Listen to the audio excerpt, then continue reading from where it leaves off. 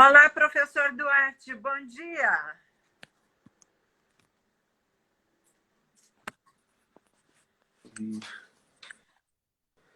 Bom dia, professor Duarte. Bom dia, tudo bem? Bem, obrigada. E o senhor, como vai? Estou bem, aqui vocês ainda estão de manhã, não é? É verdade. Estou? É uma Já estou a ouvir alegria, aqui, já estava com problemas de som. uma alegria poder estar com o senhor para que possamos bater um papo a respeito do assunto que tanto nos aflige. Nós vamos, então, iniciar com a sua apresentação. Em nome da Academia Brasileira de Direito do Trabalho, agradecemos a sua participação no nosso Giro pelo Mundo, que acontece todas as sextas-feiras nesse horário, justamente entrevistando professores de diversos locais. E para nós é uma satisfação tê-lo conosco.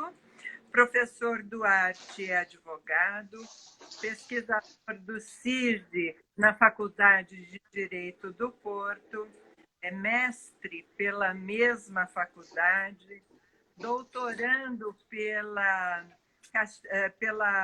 Faculdade Santiago de Compostela, membro executivo do Cielo Laboral, autor de inúmeros livros e artigos e também professor convidado na Espanha, em outras universidades portuguesas, na Itália, e é um amigo muito querido aqui no Brasil. Então, gostaria de deixá-lo à vontade para as suas considerações iniciais a respeito de como Portugal vem trabalhando essa pandemia na área específica do direito do trabalho, professor Duarte. Muito bem, em primeiro lugar queria agradecer o convite, para mim é um prazer estar aqui convosco, contribuir na minha modéstia parte com o debate de trabalho, porque de facto se há tema do direito que está à frente de todas as lutas durante a pandemia, é o direito do trabalho.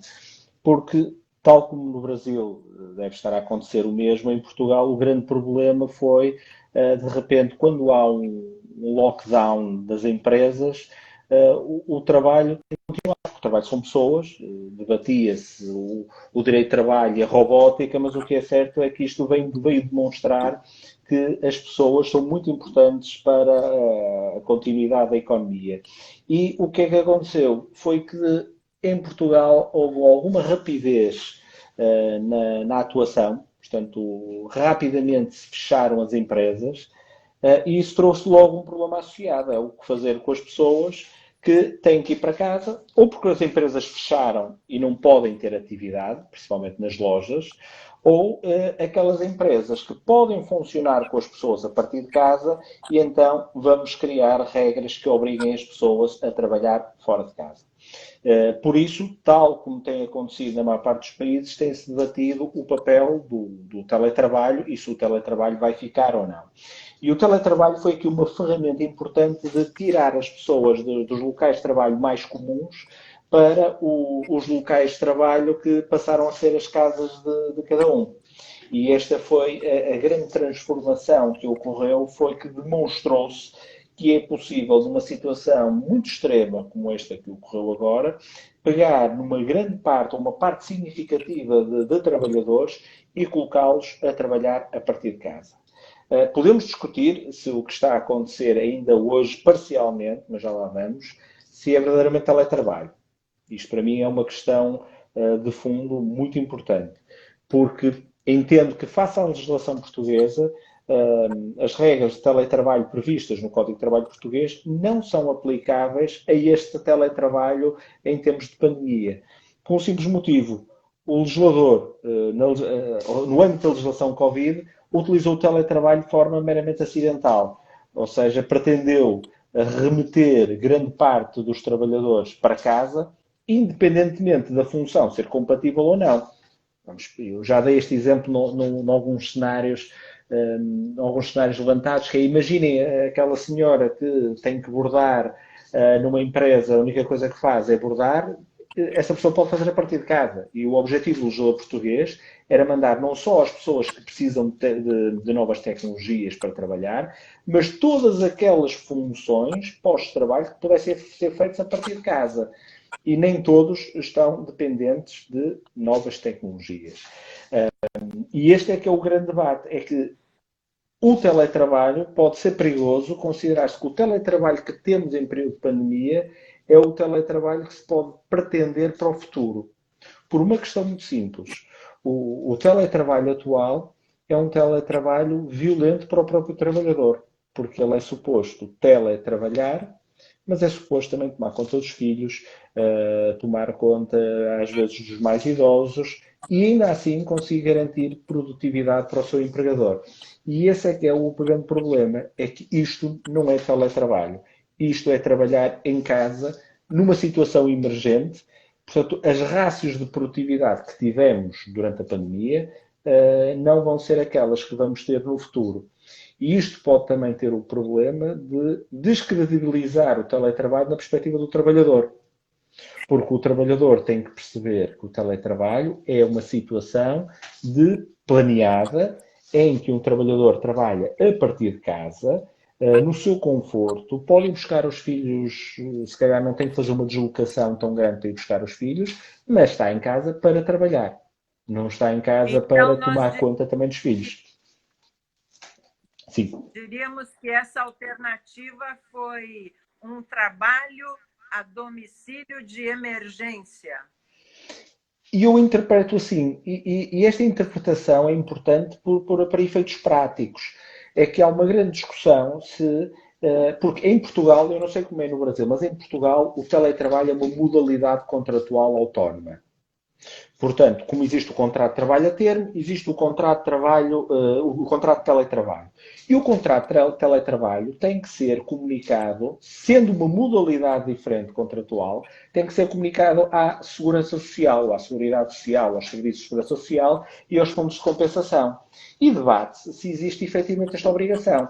Eu, sinceramente, entendo que não, porque isto é um teletrabalho por força da lei, em situação de emergência. Não há sequer vontade das partes, porque sendo ele obrigatório, na alteração do contrato. Para além de que existe um conjunto de requisitos legais bastante apertados que podem, de facto, condicionar frontalmente este tipo de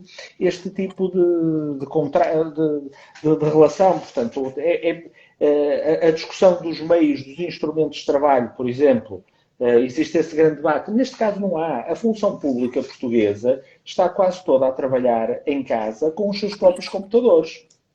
Os trabalhadores estão a usar os seus próprios computadores para trabalhar.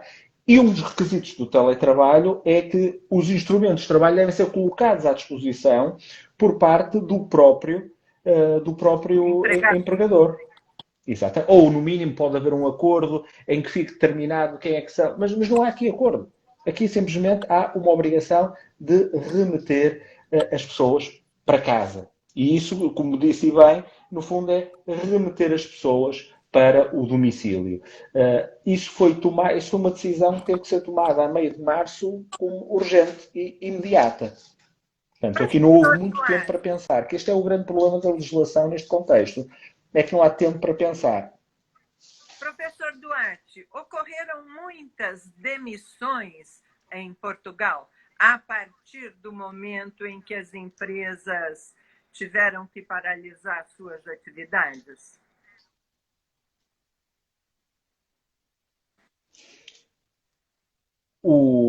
Relativamente à situação das fazer a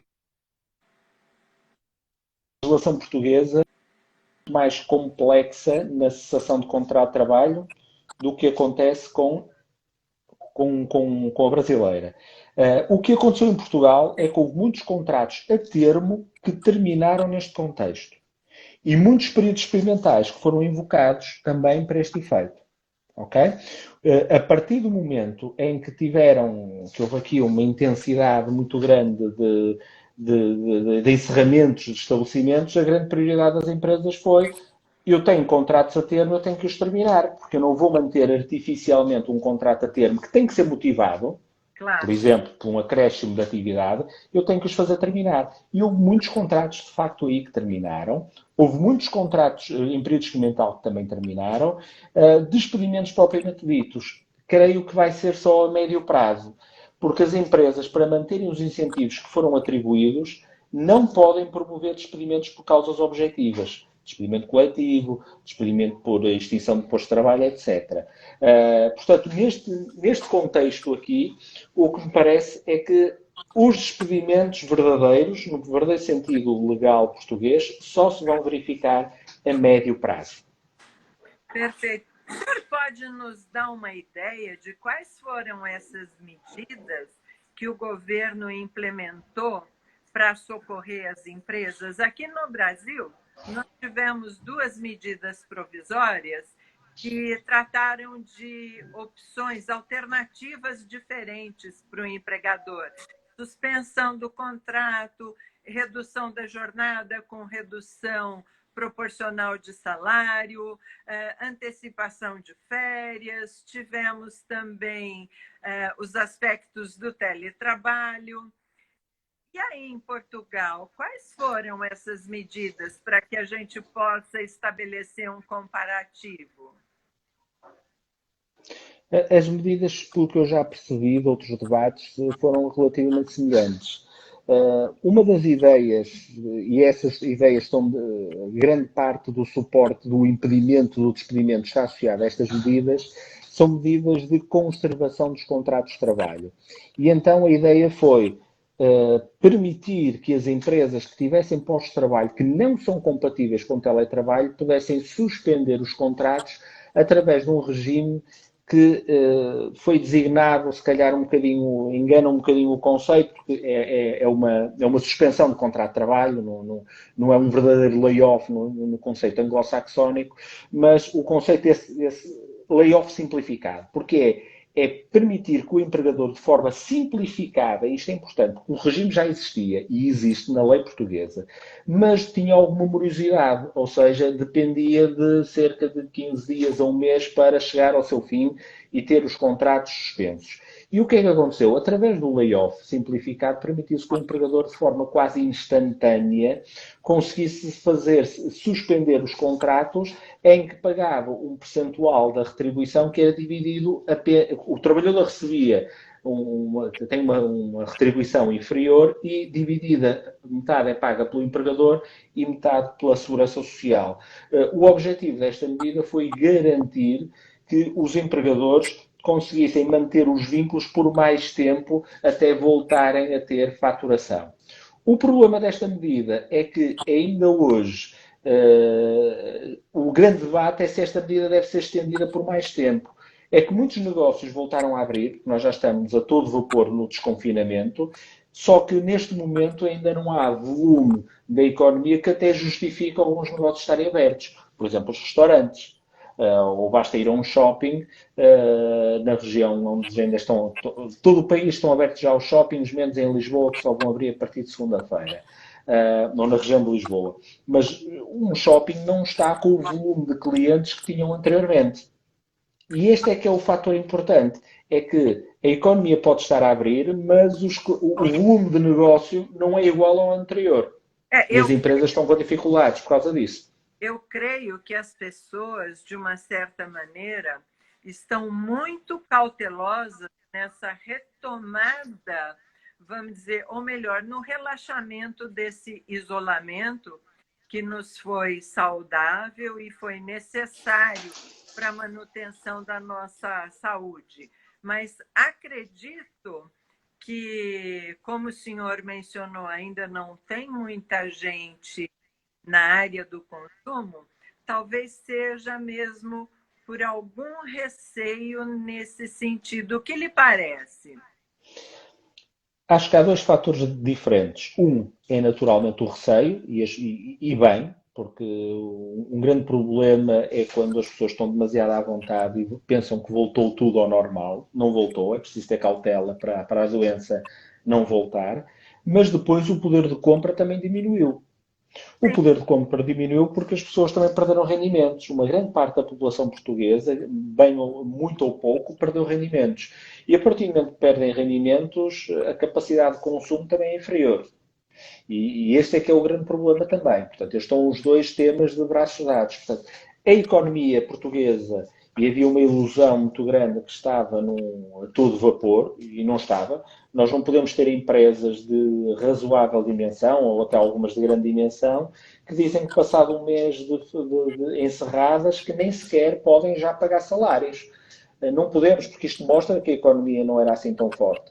Uma empresa tem que ter capacidade para aguentar 1, 2 meses, claro que não é o ideal, mas dizer que já não consegue pagar salários passado um mês ou dois, se for uma coisa é empresas pequenas que são quase autoemprego. Outra coisa são empresas de grande dimensão, como algumas que invocaram isso em março/abril. Portanto, e isso mostra que a economia não estava assim tão forte. Mas havia uma confiança. E aquilo que falta agora é exatamente a confiança. Enquanto que a nossa economia parecia forte porque havia confiança no consumo, as pessoas estavam confiantes na própria economia, agora o que temos é exatamente o oposto. É termos as pessoas desconfiadas do atual contexto e acharem que vão ter grandes dificuldades e a nossa taxa de poupança também está cada vez mais baixa por causa disto. Vai demorar, principalmente o grande ramo de atividade em Portugal e que alavancou isto tudo foi o turismo. E o turismo, neste momento, está a funcionar bem este fim de semana, porque nós temos muitos feriados esta semana.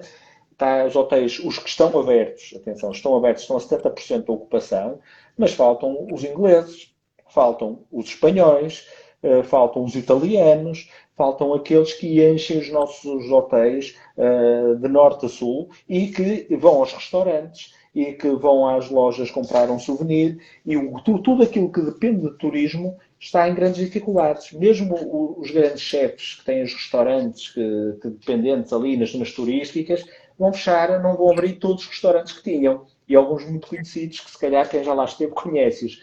Portanto, a economia não está neste momento igual e as empresas que deixam de ter o layoff vão continuar a pagar os salários, mas não vão ter a receita que estavam habituados. E perfeito. isso já se começa a notar. Mas eu creio que aí nós podemos adicionar um outro componente. O turismo, salvo engano, o senhor me corrija se eu estiver errada, está muito ligado à atividade da aviação comercial. E nós sabemos que também foi uma atividade que sofreu muitíssimo com essa pandemia. Há dois fatores autónomos. Um deles, de facto, a aviação. Portugal conseguiu captar muito as companhias low cost. Uma Ryanair, uma EasyJet, principalmente até a cidade do Porto, onde eu vivo, aproveitou-se muito bem das companhias low cost para trazer turistas que habitualmente só iam em Lisboa, em companhias de bandeira. E a aviação está parada. O aeroporto do Porto, neste momento, tem 2, 3 voos por dia, o de Lisboa tem substancialmente mais.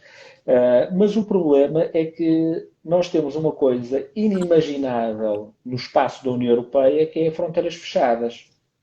Nós, neste momento, eu se quiser ir comprar chocolates, que era quase uma tradição das pessoas perto das fronteiras, a Espanha, não consigo. Eu não posso passar a fronteira.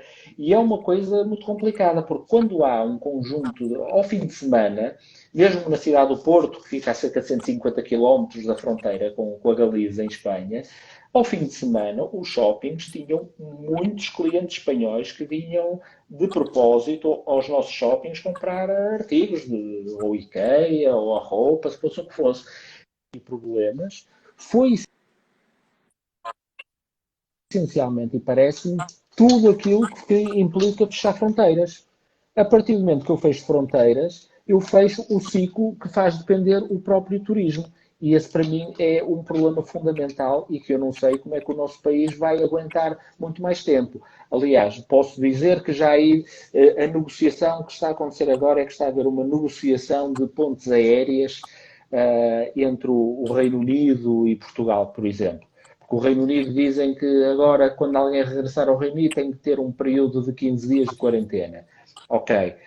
Mas isso não é compatível com os turistas que vão fazer, que se querem sair do país. Portanto, estão-se a criar, vários países estão a negociar entre eles pontes aéreas para poderem criar fluxos de turistas para um país e para o outro. Isso, de facto, é primordial, porque se não for assim, todos aqueles países como a Itália, a Espanha, o próprio Reino Unido precisa de turistas para sobreviver. Portanto, não há aqui nenhum país que não dependa grande parte da sua economia do fluxo de turismo para um lado e para o outro. Perfeito. E como é que foi nesses meses que Portugal viveu com a pandemia do Covid-19, professor Duarte? Como foi a atuação dos sindicatos? A nossa realidade.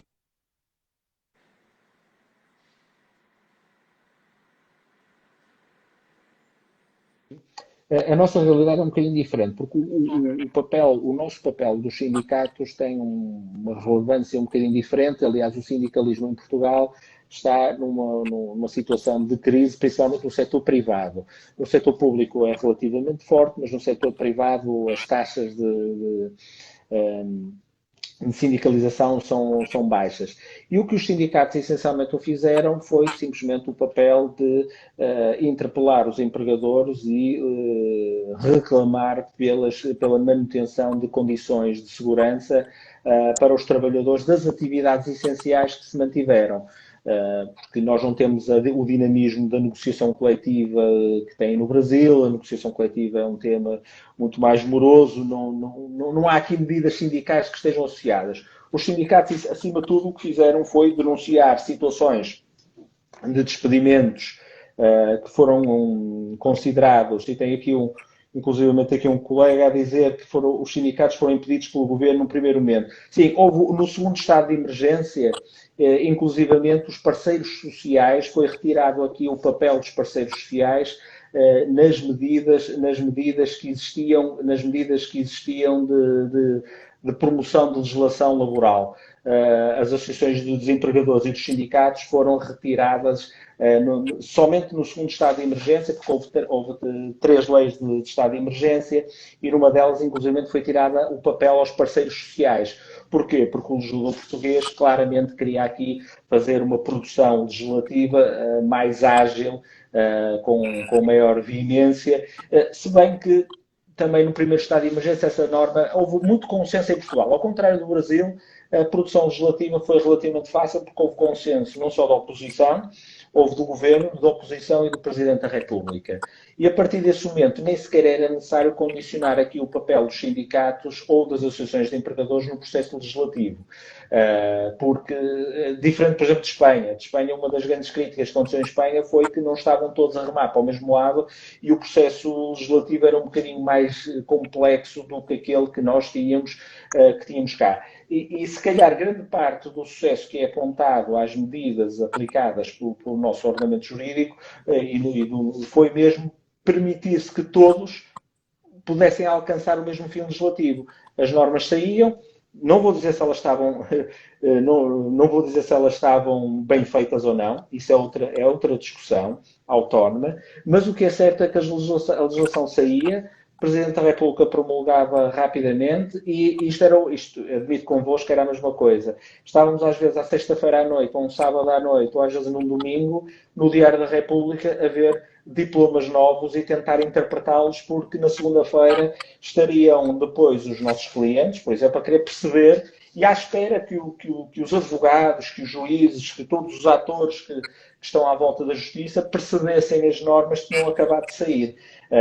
Isto é muito complicado de gerir. Isto são tempos que quem trabalha, se calhar, noutros ramos de direito não percebem o drama que é as empresas, algumas delas, quererem atuar, não saber como fazer, querer que os próprios agentes percebessem a legislação e depois eles não os percebiam porque a legislação não era clara e depois tinha que vir o governo fazer o quê? Fazer uma conferência de imprensa ou uma entrevista ou nas FAQs, nas Frequently Asked Questions, a explicar normas. Quer dizer, isto num Estado de Direito, isto não funciona assim.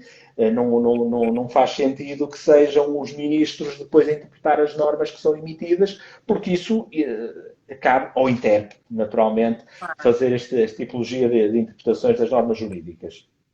Mas todos vivemos uma situação anômala, né? Inclusive aqui no Brasil, não sei se o senhor tomou conhecimento, nós tivemos aí uma interpretação legal denominada de emergência, justamente para enfrentar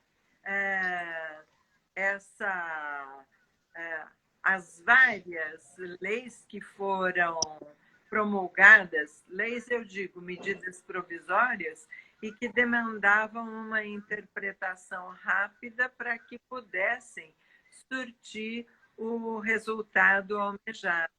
Então, creio que tudo o que estamos vivendo é bastante novo, né? E eu até desafiaria uma pergunta ao professor.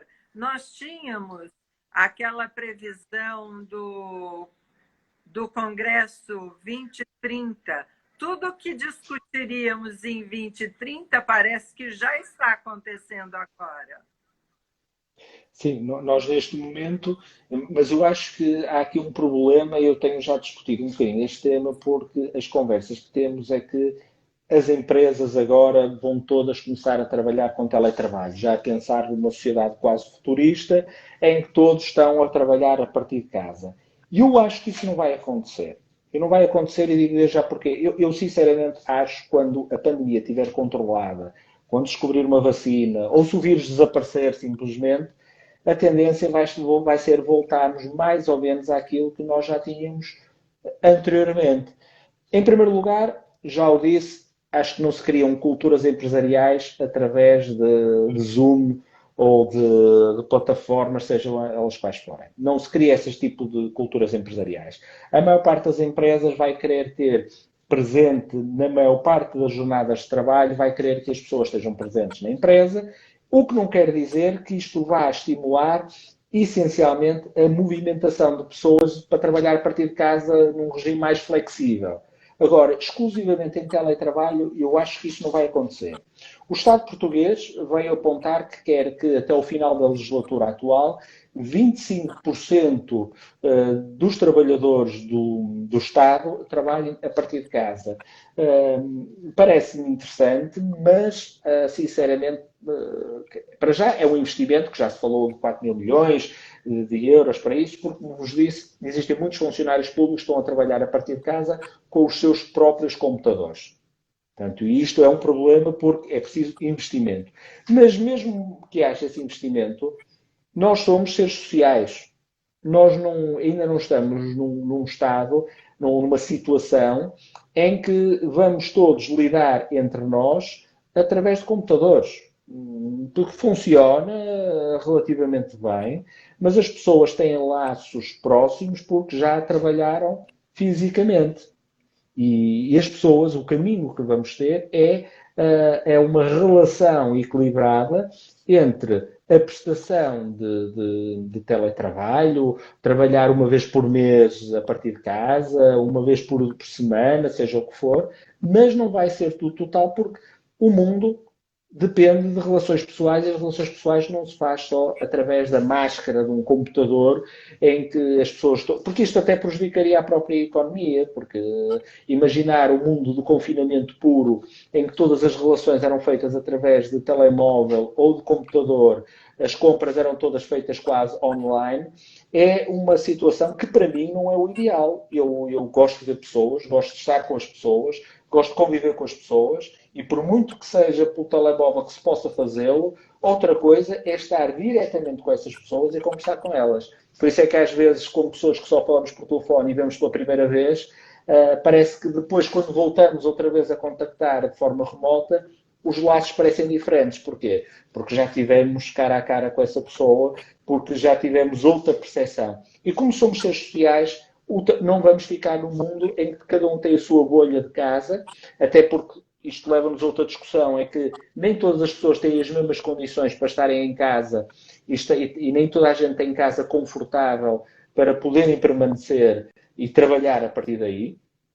Que isso também é outra discussão diferente. Portanto, o teletrabalho vai ter aqui uma oportunidade, até num conceito muito italiano do lavoro agile, do smart working, em que não aquela vertente parada do teletrabalho, que eu ou trabalho em casa ou trabalho no escritório, mas eu poder me fazer acompanhar do meu escritório. Porque o meu computador é o meu escritório.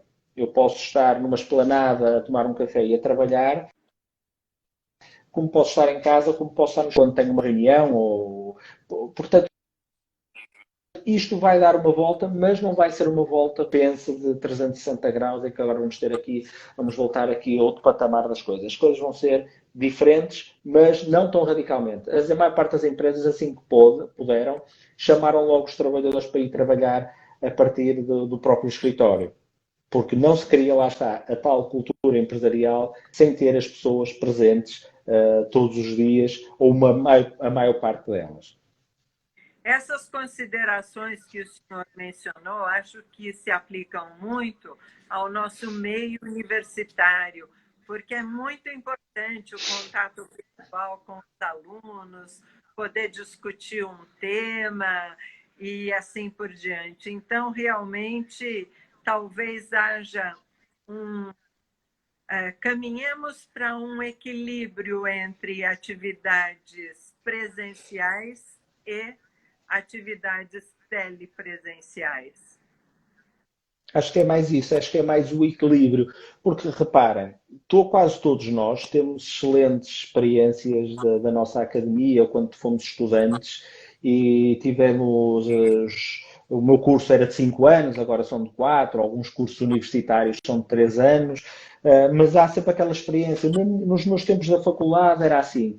Eu nem imagino o que é que será a experiência universitária daqueles alunos de hoje que têm um curso de 3 anos e que vão passar, se calhar, metade desse curso de 3 anos a ter só aulas virtuais. Qual é a experiência que estas pessoas vão levar para o futuro? Vão se lembrar de ter estado 1 ano e meio a olhar para um computador a ter aulas? Porque grande parte dos meus amigos trouxe-os da faculdade. Não só não se cria uma cultura empresarial através só de Zoom, de Instagram, seja o que for, como também não se cria aqui uma cultura humana se as pessoas também não estiverem presentes, se não tiverem partilhar experiências, se não forem beber uma cerveja juntos, se não almoçarem de vez em quando juntos ou jantarem juntos. Portanto, essa experiência para mim universitária de 3 anos de alguém que esteja metade do curso em termos virtuais vai ser prejudicial. Agora, tem aqui vantagens. Vamos imaginar alunos que estão doentes, se calhar, como eu já vi na televisão portuguesa, de um aluno que era doente de risco assistiu às aulas através do computador e os colegas estavam lá presentes. Isto trouxe oportunidades e as universidades claramente aí disseram presente porque conseguiram garantir aulas de forma remota quando era uma coisa que eu acho que ninguém imaginava que as universidades conseguissem fazer esta adaptação. Portanto, isto é muito importante, este passo. E a maior parte das universidades estão de parabéns.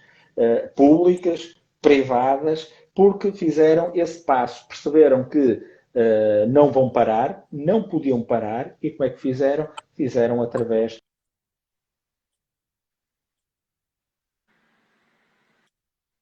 de via remota. Portanto, como há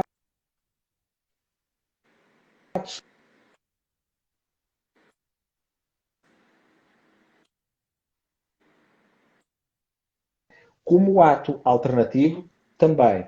Como regra, não, porque a experiência pessoal essa é fundamental. Professor, e isso não há substituição que a máquina, pelo menos é uma opinião pessoal. Estava a dizer que, pessoalmente, acho que no meio académico é fundamental a manutenção dos laços pessoais. Fazer um curso só online, o resultado final da experiência, o que as pessoas nos dão é a experiência total a experiência que nos capacita para a vida. E isso não se vai conseguir só com a experiência virtual.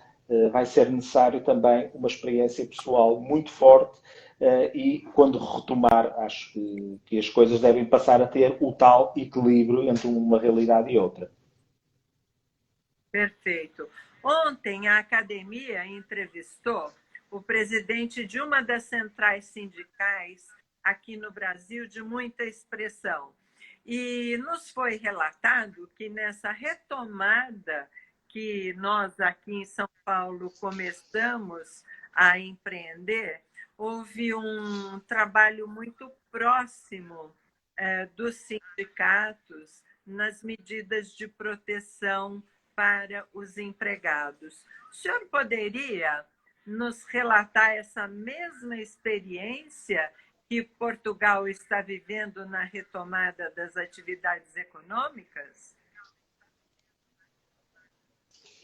Bom, neste momento, Portugal está a duas velocidades, claramente.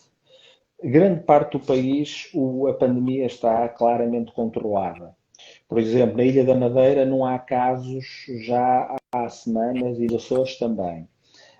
No norte de Portugal há 20 casos, 10 casos por dia, quando não há menos. A cidade do Porto passou 4 ou 5 dias sem casos. O centro tem alguns e o Algarve também pouquinhos. O que nós temos é um foco muito grande na Grande Lisboa. Isto faz com que, neste momento, por exemplo, os shoppings estejam ainda fechados na Grande Lisboa e estão a todo o país. Porque Lisboa tem cerca de 90% dos novos casos já para aí há 2 ou 3 semanas.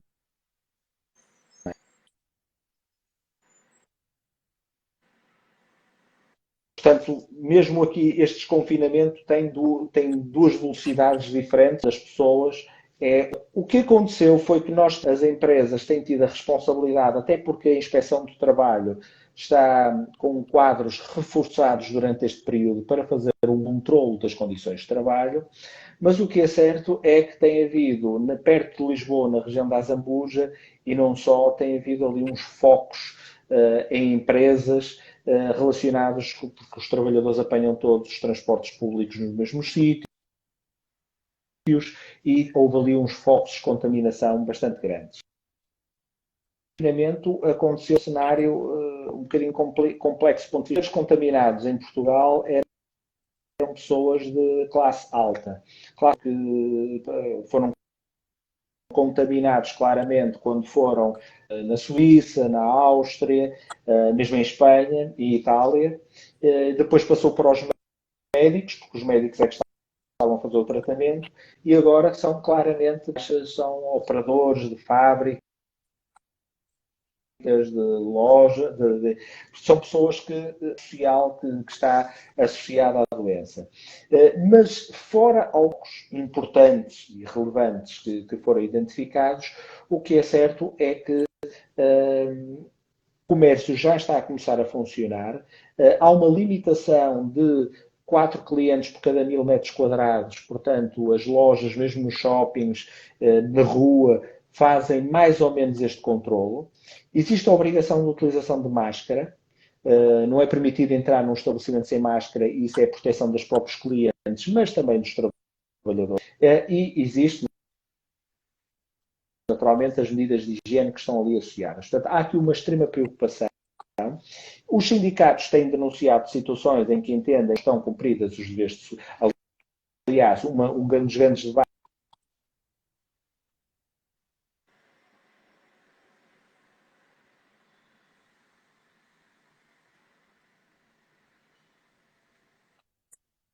tem sido na construção civil, em que na construção civil eles têm defendido que nunca parou de trabalhar.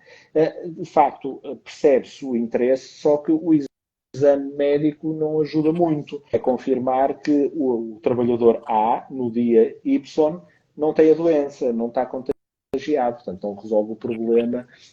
Nem é viável fazer como o campeonato de futebol também já regressou, e o que tem acontecido é que tem havido exames sempre 48 horas antes do jogo.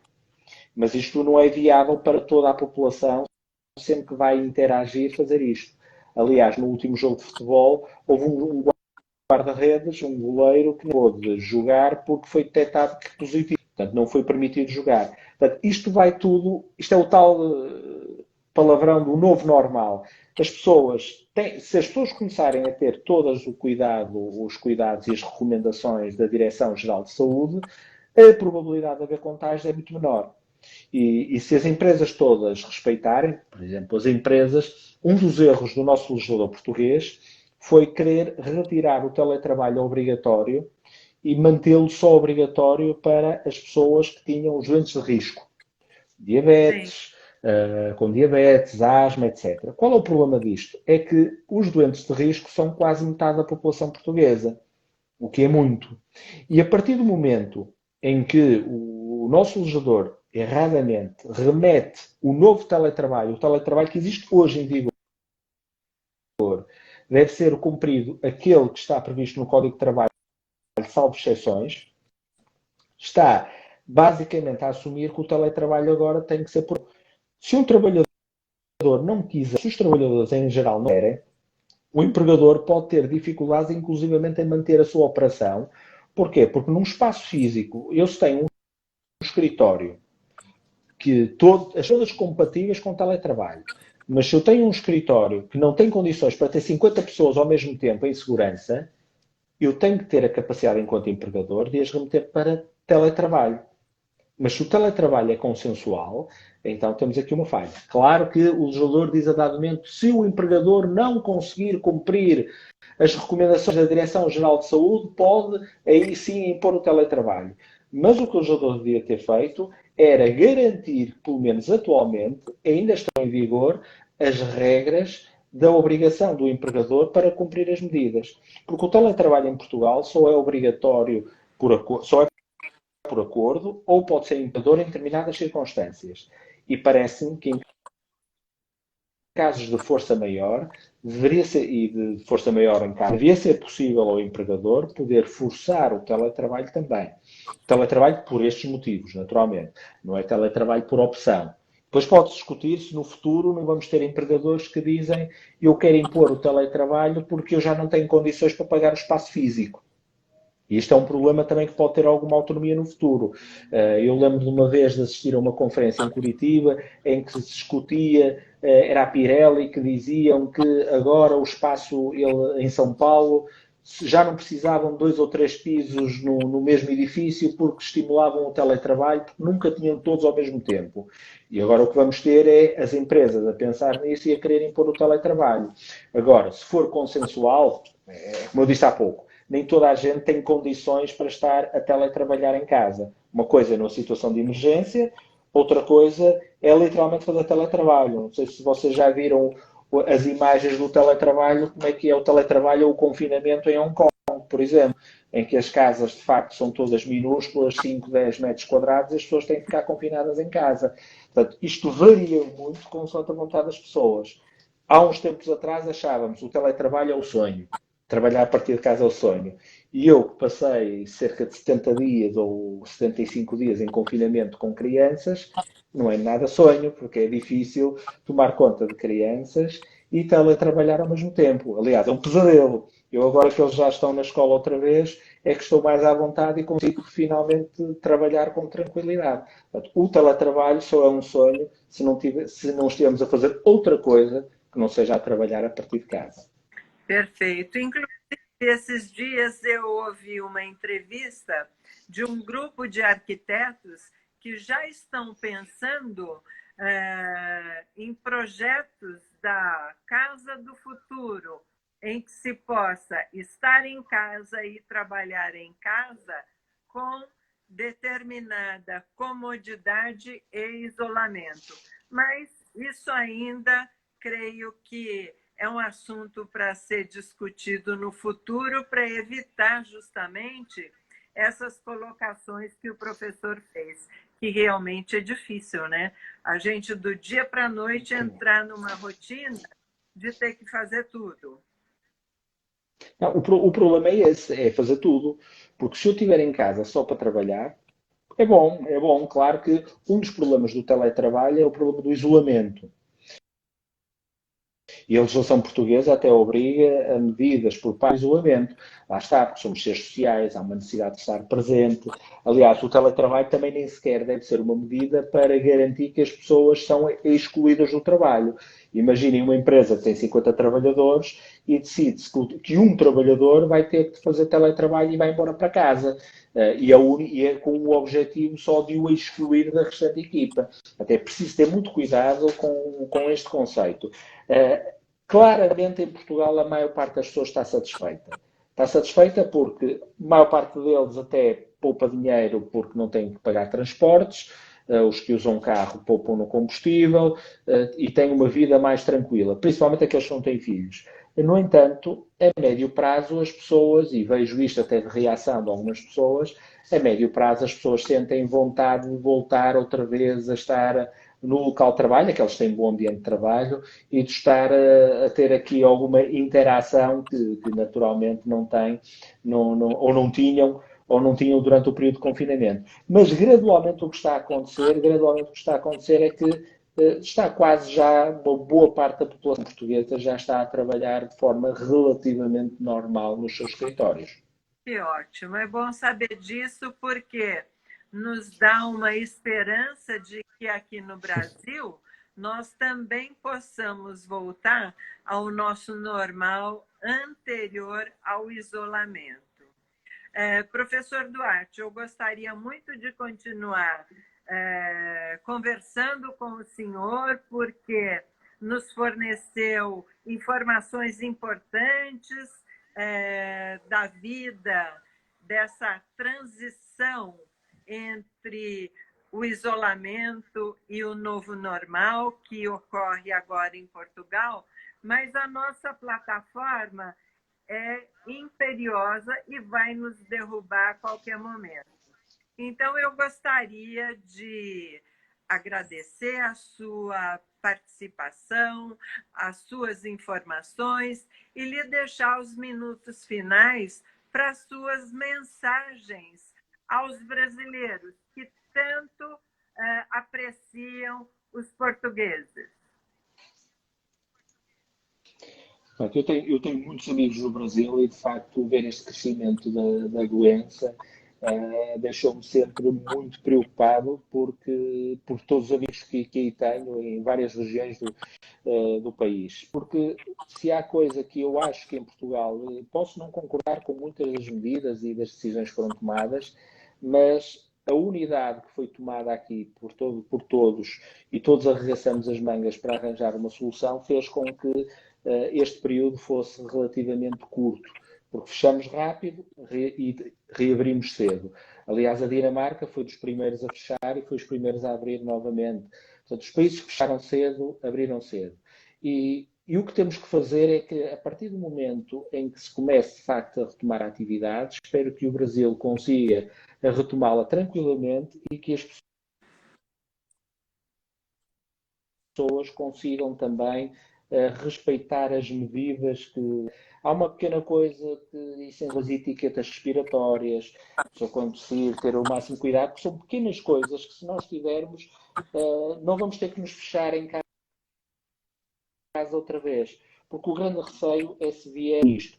Aí, de facto,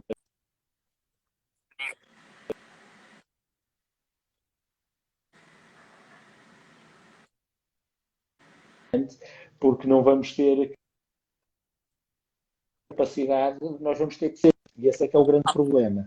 Nós não vamos querer viver com tudo, é viver no Brasil recupere rápido e que continue a haver boas notícias de recuperação, de menos mortos e menor número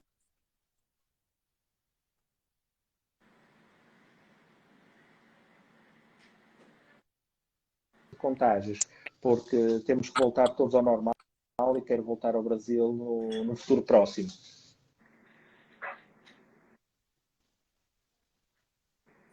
Perfeito.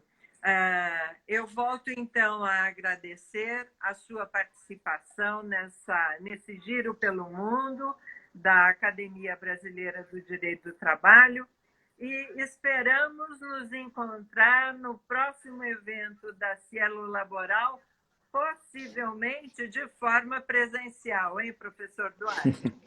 Sim, grande o abraço, próximo. bom dia e muitíssimo obrigada pelas suas considerações.